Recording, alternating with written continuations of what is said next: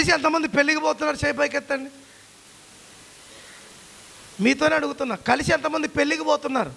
పెళ్ళిళ్ళకి, పేరంటాలకి, భార్యాభర్తలు చెప్పండి, ఎత్తండి చేతులు. ఓకే, రైట్, దింపండి. కలిసి ఎంతమంది అన్నం తింటున్నారు? సిగ్గుపడదు, నేను ఎవరిని ఏమంటలే. కలిసి ఎంతమంది అన్నం తింటున్నారు? పేరంటాలకి కలిసి వెళ్తున్నాం, తినడానికి కలిసి తింటున్నాం. మరి ప్రార్థన చేయడానికి రోగం ఏంటి? అవునా కదా? కుటుంబంగా ప్రార్థన చేస్తే ఆ కుటుంబంలో ఉన్న కలతలన్నిటిని దేవుడు ఏం చేస్తాడు? తీసివేస్తాడు. చేస్తున్నావా? అలాగా చేయగలుగుతున్నావా? కలిసి సినిమా చూస్తాం, కలిసి టీవీ ముందు కూర్చుంటాం, కలిసి పాత్కాణలు కొడతాం, కలిసి షికారులు కొడతాం, కలిసి తింటాం, కలిసి ఉంటాం. ప్రార్థన వచ్చేప్పటికి లావణ్య ఏం చేస్తాం? నీ దారి నీదే. విచిత్రం ఇది, మగవాళ్ళు కూడా అన్నిటికీ సహకరిస్తారు. ప్రార్థన నువ్వు చేసుకోపో, నాకు తలనొప్పి వచ్చింది. భార్య అడిగింది అనుకో, భర్త ఎప్పుడు అడగడు, అడిగినట్టు చరిత్రలో ఎక్కడ లేదు. భర్త అడిగితే ఖచ్చితంగా భార్య లోపడుతుంది కదా, ఖచ్చితంగా వచ్చేస్తారు. కానీ ఇక్కడ విచిత్రం ఏంటి? భార్యలే రా అయ్యా ప్రార్థన చేసి, నాకు తలపోటుగా ఉంది, నా పానం అంతా కస్తిగా ఉంది. ఏంటి? తినడానికి కస్తిలే, రిమోట్ గెలికి చూసుకోవడానికి కస్తిలే, షికార్లు కొట్టి బజ్జీల షాపులో కూర్చుని బజ్జీలు తినడానికి కస్తిలే, టీ తాగడానికి కస్తిలే. ఏడ కస్తి వచ్చేసిందంట. అందుకే నీ కస్తి నీకు నష్టాన్ని తెస్తుంది, కానీ నీ కస్తి నీకు సుఖాన్ని తేవట్లే. చేయి ప్రార్థన ఈరోజు నుంచి ప్రారంభించు. వ్యక్తిగత ప్రార్థన అవసరం, కుటుంబ ప్రార్థన అవసరం, మూడోది సంఘ ప్రార్థన కూడా అవసరం. దేవునికి స్తోత్రం. ఈ మూడిట్లో మనం ఉంటే దేవుడు నిశ్చయముగా మనకేం చేస్తాడు? కార్యమును చేస్తాడు. అన్న అలా మోకరించి ప్రార్థన చేస్తున్నట్టు, అలా మోకరించి ప్రార్థన చేసినప్పుడు తనలో దేవుడు ఒక గుణాన్ని చూశాడు. ఎవరిని చెప్తారా గుణం ఏంటో? ఏముంది చెప్పనా? అన్న జీవితంలో దేవుడు చూసింది విశ్వాసము పుష్కలముగా ఉంది. దేవునికి స్తోత్రం, హల్లెలూయా. ఎందుకు మన ప్రార్థనకు జవాబు రావట్లేదంటే మన ప్రార్థన జీవితంలో విశ్వాసము పుష్కలంగా కనబడట్లే. కానీ అన్నాను దేవుడు చూస్తుంటే ఏం కనపడింది? పుష్కలమైన విశ్వాసం. ఉన్న దానికంటే ఉండవలసిన విశ్వాసము ఎక్కువగా ఉన్న విశ్వాసము ఎవరిలో చూచాడు? అన్నాలో చూచాడు. ఎట్టబడిందంట దేవుని దగ్గర తెలుసా? అసలు నువ్వు వింటే కానీ, నువ్వు జవాబిస్తేనే కానీ నేను ఇక్కడి నుంచి పోను. ఇలా పట్టుదలగా ప్రార్థన చేసిన బైబిల్ ఎవరు? యాకోబే. నీవు నన్ను ఆశీర్వదిస్తే కానీ నేను నిన్ను విడిచిపెట్టను. ఇప్పుడు అన్న కూడా ఏం చేస్తున్నాడు? అన్న కూడా ఏం చేస్తుంది చెప్పండి? నేను మోకరించా, నేను ఆమేననే లోపల నీ ఉత్తరమును నేను వినాలి. వినింది కనుకే సమూయేలు పుట్టకు ఒక అద్భుతమైన మాట అంటుంది, నేను మనవి చెయ్యగా నాకు అనుగ్రహింపబడిన ఈ బాలుడు అని అంటది. దేవునికి స్తోత్రం. హే, నా కొడుకు పుట్టాడనిలే, ఏమంటుంది? ఈ కొడుకును నాకు అనుగ్రహించింది ఎవరు చెప్పండి? చెప్పండి. ఇప్పుడు ఎవరన్నా మీ ఇంటికి వచ్చారు, మహిమరాజు గారు మీకు ఎంతమంది పిల్లలు అంటే ఏం చెప్తారు? అంటే మన ఊత పదం పిల్లలు ఎంతమంది అనేపాటికి 5, 2, 3, ఒకరే లేరు అని చెప్పేస్తాం. ఏ ఒక్కరమైనా దేవుని కృపను బట్టి నాకు 5 మంది పిల్లలండి, దేవుని కృపను బట్టి నాకు 2 పిల్లలండి, దేవుని కృపను బట్టి నాకు 12 మంది పిల్లలండి, దేవుని కృపను బట్టి నాకు ఒకే కొడుకండి. అసలు దేవుడు అనే మాట గుర్తుకొస్తుందా? వాడు నా కొడుకు. ఎవరు? ఇట్ట వాడు ఇట్ట తిప్పుతుంటాడు, ఇట్ట ఊపుతూ ఉంటాడు, తిప్పుతూ ఉంటాడు. ఏమని? ఆడు రేపోతే నేను ఇట్ట ఊపిస్తాడు నువ్వు ఊగడం తర్వాత. అవునా కదా? నువ్వురికి ఒక కాళ్ళలో ఊపుకుంటూ అంటున్నావు, రేపొద్దునాడు పెద్దగా ఏకము అనాలి, మొత్తం అంతా ఊగాల, ఒకటి కాదు ఊగడం. అవునా కాదా? అవునా కాదా? ఏశావు ఎదుర్కొంటున్నాడు యాకోబును. ఈ విషయం తెలిసినాక యాకోబు ఏం చేస్తున్నాడు తెలుసా? అయ్యి బాబోయ్, నిశ్చయంగా మమ్మల్ని చంపేస్తాడేమో అని ముందు పనివారిని పెట్టాడు, పనివారి పిల్లల్ని పెట్టాడు. మోకరెత్తున్నాడు, ప్రార్థన చేస్తున్నాడు, నడుస్తున్నాడు, మోకరెత్తున్నాడు, ప్రార్థన చేస్తున్నాడు, నడుస్తున్నాడు. ఆఖరికి ఎవరు వచ్చేసారు? ఏశావు. ఏశావు ఎవరు? ఎవరు? అన్న ఆశీర్వాదాలను దొంగతనం చేసుకున్నాడు. ఎవరి సహాయంతో? తల్లి సహాయంతో. ఆ తల్లి పుట్టగతులు లేకుండా అయిపోయింది. చాలామంది తల్లుళ్ళు చెయ్యి నేనున్నానులే, మీ నాయన ఏమన్నా అంటే పిల్లలు చనిపోవడానికి కారణం ఎవరు? నువ్వే. ఎవరిని చెప్పండి? మాట్లాడరు ఆడవాళ్ళు. ఇప్పుడు నాన్న డబ్బులు ఇవ్వని అన్నాడు అనుకో, పప్పు డబ్బాలు పెట్టి అప్పు తీసుకోపోరా. ఏడా పప్పు డబ్బాలు ఉప్పు డబ్బాలు పెట్టించదు ఈ తల్లి. ఆడు లేనిపోయిన అలవాట్లన్నీ ఎవరు నాశనం చేస్తుంది? నీ ప్రేమ నాశనము చేయకూడదు. నీ ప్రేమ నీ పిల్లోళ్ళకు ఉన్నతమైన స్థితిలో నిలిపేటట్టుగా ఉండాలా. చెప్పరా లేదు? రావు ఇట్లాంటి ఇట్లకి మనకి. ఎందుకంటే మనం అంతా అదే కోవకు కదా. మళ్ళీ పైపెచ్చికి మీ నాయన బరిగొడ్లా కొట్టడం తప్పించి ఏం చేయలేరా, దా నేనే ఇచ్చేదా, ఈ అమ్మడే ఎగిసి పోతూ ఉంటుంది. ఇంకా ఎవరిని కించపరుస్తున్నావు నీ పిల్లల ముందు? చెప్పండి. తండ్రిని. అందుకంట తండ్రిని ఎప్పుడు అవమానపరిచేటట్టుగా తల్లి మాట్లాడకూడదు. తల్లిని అవమానపరిచేటట్టుగా భర్త ఇద్దరిద్దరుగా ఉండాలా, ఇద్దరికి భయపడాలా. కానీ మన రాయలసీమలో ఉన్న జబ్బు ఏంటి, ప్రపంచంలో ఉన్న జబ్బు ఏంటంటే పెద్దోడేమో పెద్ద ఆయనకి, చిన్నోడేమో చిన్న, ఇంకా ఉల్టా ఉంటుంది అన్నమాట. పెద్దోడంటే తల్లికి, చిన్నోడంటే నీ గారాభం, నీ ప్రేమ వారి జీవితాన్ని సర్వనాశనము చేస్తుందని ఎరుగు. నువ్వు పెళ్ళయ్యాక కూడా నా కొంగే పట్టుకుని తిరగాలంటే అవుతుందా కొడుకు? మరియా, ఓ మరి అమ్మ ఉన్నావా? ఏడికన్నా పోయినావా? ఏడికి పోతావు? అటు పెళ్లి చేసుకోకూడదు, పెళ్లి చేయకూడదు. ఎంబడే ఎమ్మే 10 రూపాయలు ఇయ్య, ఎమ్మే 20 రూపాయలు ఇయ్య అని ఎంబడి తిప్పించుకో. అవునా? నీ ప్రేమ ఏం చేస్తుంది? నీ ప్రేమ కొంతమంది ఉంటారు, తల్లిని చూడరు, తల్లి ఆలన పాలన చూడరు, తల్లికి ఏ రోజు చీర తీసుకురారు, దుడ్లు అవసరం ఉండేప్పటికి ఎమే తెచ్చావా తేవా, నేను చచ్చిపోతా చూడు. ఏం చేస్తుంది ఇప్పించింది?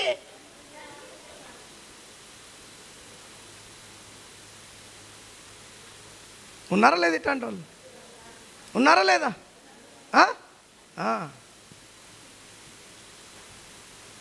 సుమంత గారిని అస్సలు కొట్టదంట మా సునీత. మిగతా వాళ్ళ మాత్రం ఓ పొరక తిప్పేసి కొట్టేస్తుందంట. అంటే ఒకగానో కొడుకు ప్రేమ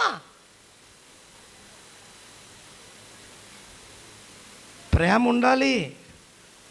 ఎంతలో ఉండాలో అంతలోనే. నా ప్రేమ నీ ప్రేమ ఎప్పుడు పిల్లల్ని చెడపకూడదు. ఆ ప్రేమ విలువ తెలుసుకునేటట్టుగా. కొంతమంది ఏడుస్తున్నారండి పిల్లలను చూసి, నా మాట వింటలేదు వాడు. ఇంకా ఎంత మాట అంటున్నారు తెలుసా? నా కడుపున చెడబుట్టాడు వీడు. ఆ మాట అనిపించుకోవచ్చా ఏ పిల్లలైనా? రే ఏనంటారా యవనస్తులు పిల్లలు అనిపించుకోవచ్చా ఆ మాట? నా కడుపున చెడబుట్టారు అనిపించుకోకూడదు. నా కొడుకు లాంటి వాడు ఇంకోడు పుట్టింటే బాగుండు అనేటట్టు ఉండాలని నీ తల్లిదండ్రులు నీ కొరకు. నువ్వెట్టుండాలా? నా తల్లిదండ్రులు లాంటి తల్లిదండ్రులు ఎక్కడ ఉండకూడదు. నేను వాళ్ళు అలా గౌరవించాలి అనే స్థితిలో మీరు ఉండాలా. కొడతాడు నాన్న, కోపంతో కొట్టకుండా ముద్దేడతాడేటి. వీళ్ళని కూడా ఇరగ తీసేసేవాడిని చిన్నప్పుడు. ఇప్పుడంటే కొడతలేదు. ఎవరిని? బెల్ట్ తీస్తే వాయింపులే ఇద్దరికి. ప్రేమించాలి, గద్దించాలి. ప్రేమించేవాడే గద్దిస్తాడంట. ఇప్పుడు భర్త కొడుకును కొడుతున్నాడు అనుకో, ఈ భార్య వెళ్ళిపోద్ది, మధ్యలో వెళ్ళిపోద్ది. వెళ్ళకూడదట. పన్ని 2 ఏట్లు పన్ని వాడు నీ దగ్గరికి వస్తాడు కదా. నాన్న మీద కోపంతో ఎవరి దగ్గరికి వస్తాడు? ఏం చెప్పాలా? వాడు అంతేలే, దయ్యంగాడు, సాతానగాడు, ఇంతనే ఇట్టనే కొడతాడని నేర్పకూడదు. మరి మాట వినాలి కదా నాయన తండ్రికి. ఆయన వల్లే కదా నా కుటుంబం నడుస్తుంది. ఎంత కష్టపడుతున్నాడో, ఎంత చెమటోరుస్తున్నాడో అర్థం చేసుకోవాలి కదా అని చెప్పే భార్యలు ఎవరైనా ఉన్నారా? మీరు తలకాయలు ఉప్పు ఎత్తి కింద వేసేస్తాను. ఇది సరిగ్గా చెప్పండి, నోరు తెరిచి. మూగోళ్ళ ఏ రోజున చెప్పావా నీ పిల్లలకు ఈ సంసారం నడవాలంటే ఎంత కష్టమవుతుందో, ఎంత ఇబ్బంది అవుతుందో? తెచ్చిన బట్టలు వేసుకోరు, వీడికి చినిగిపోయిన ప్యాంటు కావాలా, దీనికి తొడిగేసే డ్రెస్ కావాలి. ఏంటి ఇవన్నీ? ఉన్న కాడికి వేసుకుందాం, ఉందామని ఏమైనా ఉందా చెప్పండి? ఇప్పుడు ఇంతలే వాడికి జీన్స్ ప్యాంటు. మాకు జీన్స్ ప్యాంట్లు ఎప్పుడు తెలిసినాయి తెలుసా? 10th అయిపోయినాక తెలిసినాయి అసలు జీన్స్ ప్యాంటే ఉందని. ఇప్పుడు ఇంత ఉండడాడు, ఆడికి జీన్స్ ప్యాంటు, షువ్వు. అబ్బా, 10వ తరగతి చినిగిపోయిన షెడ్యూల్ వేసుకుని తిరిగినాం మేము కుట్టుకుని. నా పిల్లలు అట్టు ఉండకూడదని మీ కోరిక చెప్పున అన్నిటినీ మీకు కొనిస్తుంటే మీకు తల్లిదండ్రులు అంటే ఏం లేదు చెప్పండి?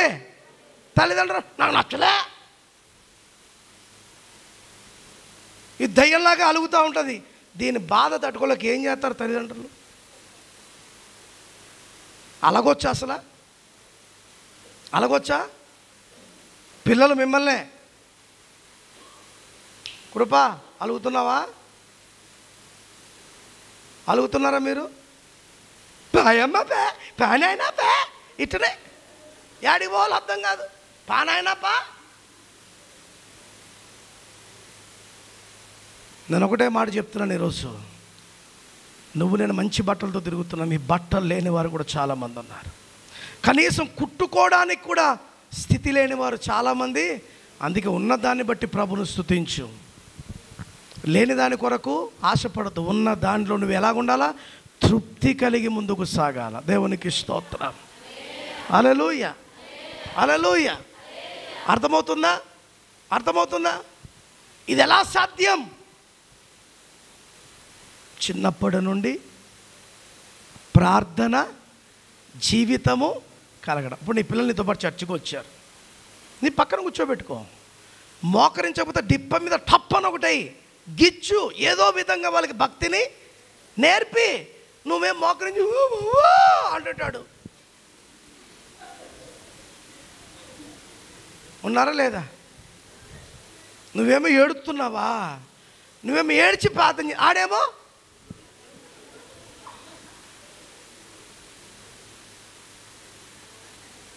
నాకు ఇటు అంటాలను చూస్తే జామెంట్రీ బాక్స్లో నాకు తీసుకుపోయి పుచ్చుకు అని కుట్టాలనిపిస్తా. పోతే మళ్ళీ కన్ను రాదు, ఏం చేస్తాం మరి?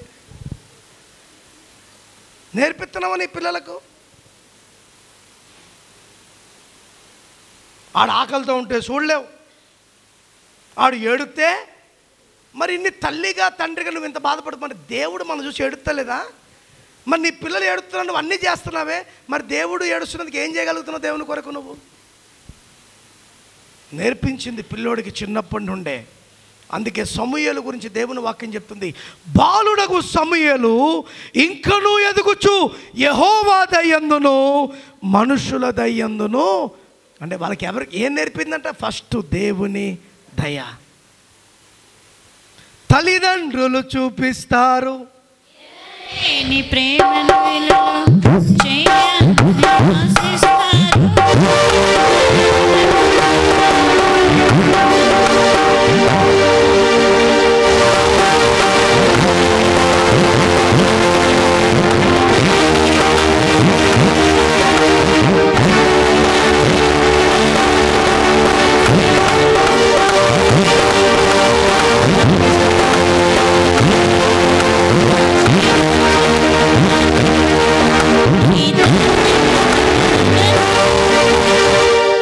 ఏమన్నాడు? తల్లిదండ్రులు ఏమనుకుంటారంటే ఎప్పుడు ఎనలేని ప్రేమను చూపించి వాళ్ళు గొప్ప స్థితిలోకి చేయాలని ఆశపడతారంట. కానీ భక్తుడు అంటున్నాడు, మా దయతో కాదయ్యది, నీ దయ ఉంటేనే నా పిల్లలకు వారు ఏమవుతారు? ఉన్నతమైన స్థితిలో ఉంటారు. ఇప్పుడు అన్న చేసిన ప్రార్థన దేవుడు విన్నాడా లేదా? విన్నాడా లేదా? అద్భుతంగా విన్నాడు, ఆశ్చర్యముగా విన్నాడు. అద్భుతంగా ఆశ్చర్యంగా తన జీవితంలో కార్యమును చేశాడు. అందుకే మనం ఏ పరిస్థితుల్లో ఉన్నా, దుఃఖమైన, సంతోషమైన, బాధ అయినా, ఇరుకైనా, ఇబ్బంది అయినా, ఏదైనా మనం ఎల్లప్పుడూ దేవునికి ఏం చేస్తూ ఉండాలా? ప్రార్థన చేస్తూనే ఉండాలా. దేవునికి స్తోత్రం. హల్లెలూయా. ఎల్లప్పుడూ ప్రార్థన చేస్తూ, అందుకే ప్రార్థన వలనే పయనం, ప్రార్థనే ప్రాకారము, ప్రార్థనే ప్రాధాన్యము, ప్రార్థన లేనిదే పరాజయం. ప్రార్థన లేదు కనుక నీ కుటుంబం ఏమవుతుంది? ప్రార్థన లేదు కనుక నీ కార్యాలు ఏమవుతున్నాయి? ప్రార్థన లేదు కనుక నీ ప్రయాణం ఏమవుతుంది? ఏదైనా ప్రార్థనే. చూద్దాం ఇంకో భక్తుడిని ఒకసారి. యోబు భక్తుడు 7వ అధ్యాయం 11వ వచనం. కావున నేను నా నోరు మూసుకొనినను, నా ఆత్మ వేదన కొలది నేను మాటలాడేదను, నా మనోవేదనను బట్టి మూలుగుచుండేదను. దేవునికి స్తోత్రం.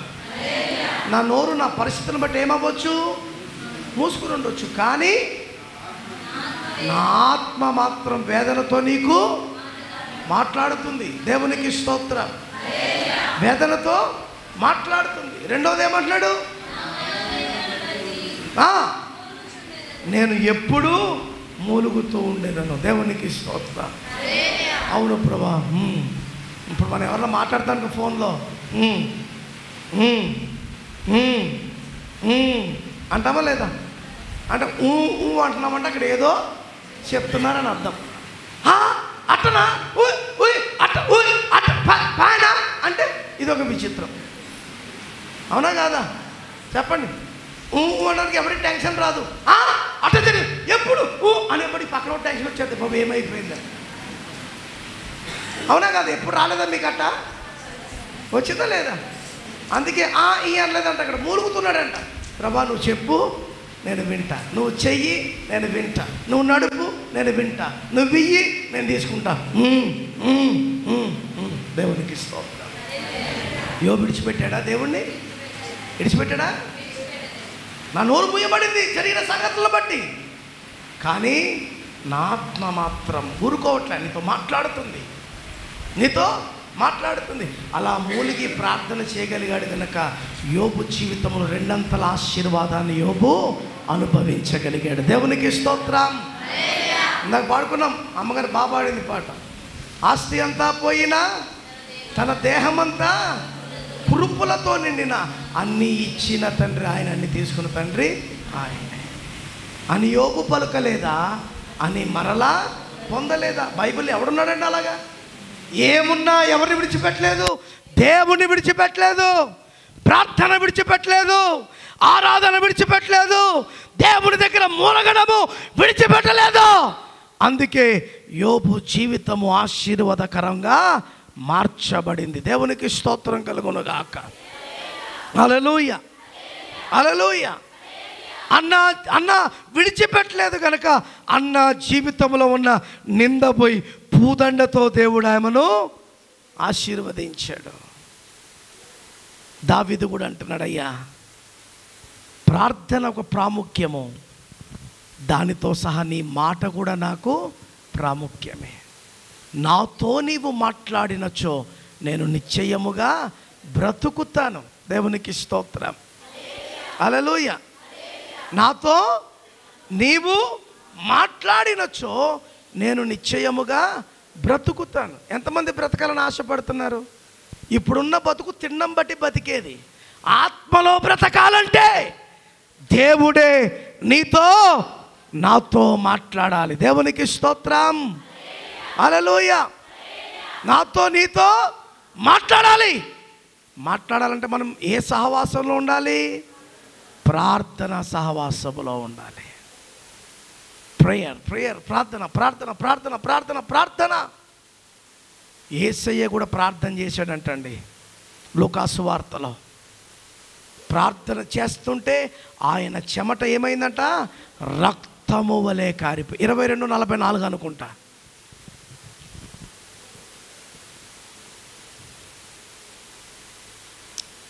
22:44 లూకాసు వార్త. ఆయన వేదన పడి మరింత ఆతృతంగా ప్రార్థన. నీ ప్రార్థనలో ఆతృత ఉండాలి, నీ ప్రార్థనలో ఆకాంక్ష ఉండాలి, నీ ప్రార్థనలో పట్టుదల ఉండాలి. ఇవి ఏమీ లేకుండా నువ్వు ఎంత ప్రార్థన చేసినా ఆ ప్రార్థన నీ ఇంటి కప్పు కూడా దాటదు. గెచ్చమైన తోటలో మోకరించి ప్రార్థన చేస్తున్నాడు. He was praying, he was tensioned. తన రక్తము చెమట వలె, చెమట రక్తము వలె మార్చబడి నేలకు పడుతుంది. చూడండి, ఆలోచించండి. అందుకే దేవుడు అంటున్నాడు, తండ్రి చిత్తము నెరవేర్చుటయే నా యొక్క ఆహారము. చక్కగా నీళ్ళంతా కూర్చుని ప్రార్థన చేస్తే ఆ ఇంట్లో నెమ్మది ఉండదా? చెప్పండి. ఆ ఇల్లంతా కూర్చుని ప్రార్థన చేస్తే ఆ ఇంట్లో ఉన్న కలతలు, ఇరుకులు, ఇబ్బందులు పోవా? అన్నీ పోతాయి. ఈ సెల్ ఫోన్లు వచ్చాక నీ సహవాసం దేంతో దేంతో దేంతో ఇదే ఫేస్బుక్, యూట్యూబు, చాటింగు, చెప్పండి, సెల్ఫీలు, ఇన్స్టాగ్రాములు, నీ ముఖం పేడ గీడ అంతా దీంట్లోనే. ఫేస్బుక్ ఇది కాదు, అసలు ఫేస్బుక్ ఏంటో తెలుసా? ఇది నీ ఫేసులో ఉన్న ప్రతి కదలికలు చెప్పేది బైబిల్. ఇది కాదు, ఇది మనం పెట్టి పోస్ట్ చేస్తేనే పోతుంది. కానీ ఇది ఇలా తెరవగానే నీ జాతకం చెప్తుంది, ఇలా తెరవగానే నీ పరిస్థితి చెప్తుంది. అందుకే మనం ఎవరికి భయపడాలి? అన్న ఎవరికి భయపడింది? భర్తను అడిగింది. కానీ భర్త అన్నాడు, పిల్లల్ని ఇచ్చువాడను నేను కాదు. ఈరోజు డాక్టర్లు ఎమ్మడబడుతున్నావేమో, ఈరోజు మందులు ఎమ్మడబడుతున్నావేమో, అప్పులు చేసుకొచ్చి సూదులు పొడుచుకుంటున్నావేమో. నీకు గర్భఫలం ఇచ్చేది దేవుడే. ఆయన తప్ప ఎవ్వరూ ఇవ్వలేరు. ఎవ్వరు ఎన్ని విషప్రయోగాలు చేసి ఎంత చేసినా అవన్నీ వ్యర్థమే. అసలైన సృష్టి ధర్మములో ఇవ్వవలసిన సంతానమును ఇవ్వగలిగిన వాడు ఎవరు తెలుసా? దేవుడే. దేవునికి స్తోత్రం. హల్లెలూయా, హల్లెలూయా. దావీదు అదే పోరాటం చేశాడు, హన్నా అదే పోరాటము చేసింది, యోబు కూడా అదే పోరాటము చేశాడు. నా నోరు తెరగపోవచ్చు కానీ నా ఆత్మ మాత్రం నీలో ఊరుకోదయ్యా, అది నీకు మొరపెడుతూనే ఉంటుంది. స్నేహితులు వచ్చారు, తిట్టారు, భార్య కూడా అనింది, తిట్టింది. కానీ యోబు క్షీణించిపోయాడా? చెప్పండి. మనమాతే నా భార్యను ఎంత మాట అన్నాగా, ఎందుకు పట్టుకోవాలి పెద్ద ఆయన, ఎందుకు పట్టాలి చిన్న ఆయన అని నీళ్ళలో దూకి చచ్చిపెట్టేవాళ్ళు లేరా? చెప్పండి. రైలు కింద పడి చచ్చిపెట్ట. భార్య అంటే బాధ, భర్త అంటే నీకు పుసి వచ్చేసిందా? భార్య తిట్టుకోవడానికి కొట్టుకోవడానికి కాదు ఈ సంసారం, దేవునికి మహిమను తేవడానికి నీ సంసారం. ఆమేన్. దేవుని మనసు అర్థం చేసుకో, నీ భార్య నీ మనసు అర్థం చేసుకుంటుంది. పురుషులారా వింటున్నారా? ఏ రామదాస్, భార్య మనసు నిన్ను అర్థం చేసుకోవాలంటే నువ్వెవరిని అర్థం చేసుకోవాలా? దేవుని నువ్వు అర్థం చేసుకుంటే ఆటోమేటిక్గా నీ భార్య నిన్ను అర్థం చేసుకుంటుంది. ఆటోమేటిక్గా నీ పిల్లలు నీ మనసును అంటే దీనికి అంతటికి మూల కారణం ఎవరు? చెప్పండి. బండి నడవాలి, కారు వెళ్ళాలి. కారు వెళ్ళాలంటే దానికి ఏముండాలి? తాళం ఉండాలా. ఇక్కడ రిమోట్తో ఓపెన్ చేయలేదనుకో కారు ఓపెన్ అవ్వదు, నువ్వు లోపల కూర్చోలేవు. కూర్చుని నువ్వు సాగాలంటే తాళము. అంతేగాని ఇప్పుడు మా మహిమరాజు గారు ట్రాక్టర్ నడుపుతారు కదా, ట్రాక్టర్ మీద కూర్చుని ఆడికి పో అంటే పోతుందండి? మహిమరాజు గారు పోతుందా? ఏం చేయాలా? ఏం చేయాలా? తాళం పెట్టాలా, ఆన్ చేయాలా, యాక్సిలేటర్ తొక్కాలా, క్లచ్ ఒత్తాలా, గేర్ వేయాలా, యాక్సిలేటర్ తొక్కుతుంటూ క్లచ్ తెరిచి అప్పుడు బండి. ఇన్నున్నాయా? ఇన్నున్నాయంటే ఇన్నున్నాయి. మరి దేవుడి జీవితంలో కూడా కదలింపు కార్యాలు జరగాలంటే నువ్వు చేయవలసినవి ఎన్నో ఉన్నాయి. నువ్వు అవన్నీ చేసి నిలబడ్డావా, సుఖవంతమైన ప్రయాణము దేవుడు నీకు ఇస్తాడు. హల్లెలూయా, హల్లెలూయా. నిజంగా అన్న యొక్క నిందను తీసి దేవుడు ఏమిచ్చాడు? పూదండతో అభిషేకించాడు. ఒకటే అడిగిందంట, నువ్వు నాకు ఇస్తే నేను నీకు ఇచ్చేస్తాను. మరి మన పిల్లలు మన దేవునికి ఇస్తున్నామా? దేవునికి ఇవ్వడం అంటే దేవుని సేవకని కాదు. తన చిత్తములో నీ పిల్లల్ని పెంచితే నీ పిల్లలు డాక్టర్లు అవ్వచ్చు, ఇంజనీర్లు అవ్వచ్చు, సేవకులే అవ్వచ్చు, లేకపోతే గొప్ప గొప్ప ఆఫీసర్స్ అవ్వచ్చు. అసలు ఎక్కడ పిల్లల జీవితాలు దెబ్బడిపోతున్నాయంటే నా పిల్లలు అన్నప్పుడు దెబ్బడిపోతున్నాయి. మన పిల్లలా ఎవరిచ్చిన పిల్లలు? మీ దాంపత్య జీవితాన్ని ప్రేమించి మిమ్మల్ని కరుణించి దేవుడు మీకు, అందుకే 127 కీర్తన చదవండి. యెహోవా ఇల్లు కట్టించిన దాన్ని కట్టువాని ప్రయాసము వ్యర్థము, యెహోవా పట్టణమును కాపాడని యెడల దాని కావలి కాయువాడు మేలుకునుట కూడా వ్యర్థమే. వేకువన లేచి చాలా రాత్రి అయిన తర్వాత పండుకొనుచు కష్టార్జితమైన ఆహారము తినుచుండుట వ్యర్థమే. తన ప్రియులను నిద్రించుచుండగా దేవుడు వారికి ఇచ్చుచున్నాడు. కుమారులు యెహోవా గురించి స్వాస్థ్యము, గర్భఫలము, ఆయన ఇచ్చు బహుమానము. యవన కాలమందు పుట్టిన కుమారులు బలవంతుని చేతిలో బాణములు. దేవునికి స్తోత్రం, హల్లెలూయా.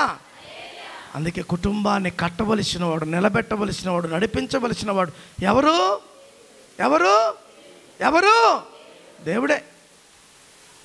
దేవుడే. అన్నిటికీ మూలం దేవుడే. ఆయన ఉన్నాడా? మనం దేనికి భయపడవలసిన పని లేదు. దావీదు ఎందుకు భయపడలేదు గొలియాతుని చెప్పడానికి? ప్రార్థన ఆయుధం ఉంది, దేవుడు ఉన్నాడు. అందుకే యుద్ధము నాది కాదు, యుద్ధము యెహోవాదే. భర్త చెప్పగానే అన్న ఏం చేసింది? నాకు దేవుడే దిక్కు అని వెళ్ళింది, పొందుకుంది. యోబుకు తెలుసు, నాకు దేవుడే దిక్కు. నా భార్య లేకపోయినా, నా స్నేహితులు లేకపోయినా నన్ను మరలా లేపగలిగిన వాడెవరు? దేవుడే. దేవునికి స్తోత్రం. అందుకే భయము చెందకు భక్తుడా, ఈ మాయాలోక ఛాయలు చూచినప్పుడు భయము చెందకు నీవు, దిగులు చెందకు నీవు. ఎందుకంటే జీవమిచ్చిన యెహోవా ఉన్నాడు.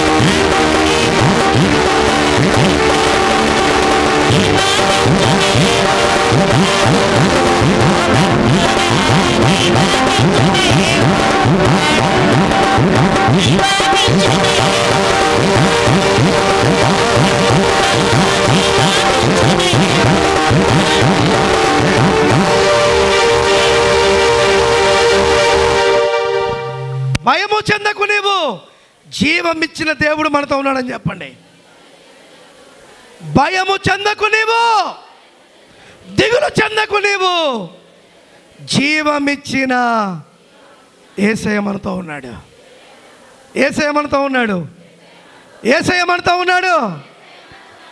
భయము చెందకు, యేసయ్య మనతో ఉన్నాడు. ఆయన ఉంటే చాలు, ఆయన వెంటే మనం. అవునా? అందరం తల్ల ఉంచుతాం.